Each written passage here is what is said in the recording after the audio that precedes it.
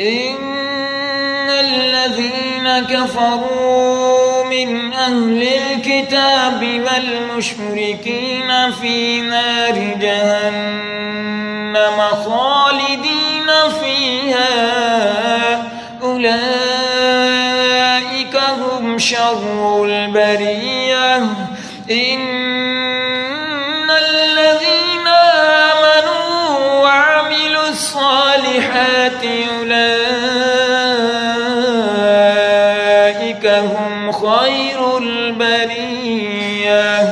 جزاؤهم عند ربهم جنات عدن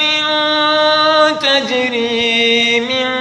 تحتها الأنهار خالدين فيها